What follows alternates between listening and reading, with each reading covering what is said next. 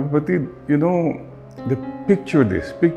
Marami sa atin, palagi tayo nakatingin, looking at our problems, our miseries, mga concerns natin.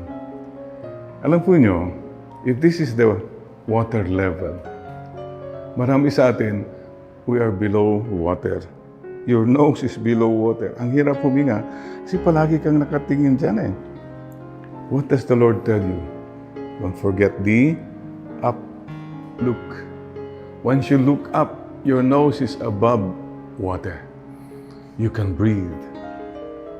Marami pong beses, we are not conscious, palagi tayong below water kasi nakayuko ka palagi.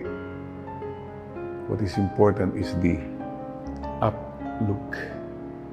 When you look up, your nose goes up and you can breathe.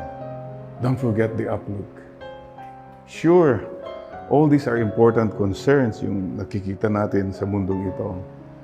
But once you look up, nandiyan pa rin ang problems, whatever. But, iba na po eh. Magaan na eh. You know there's someone. There is someone greater than you and me. Huwag po natin kakalimutan si Lord.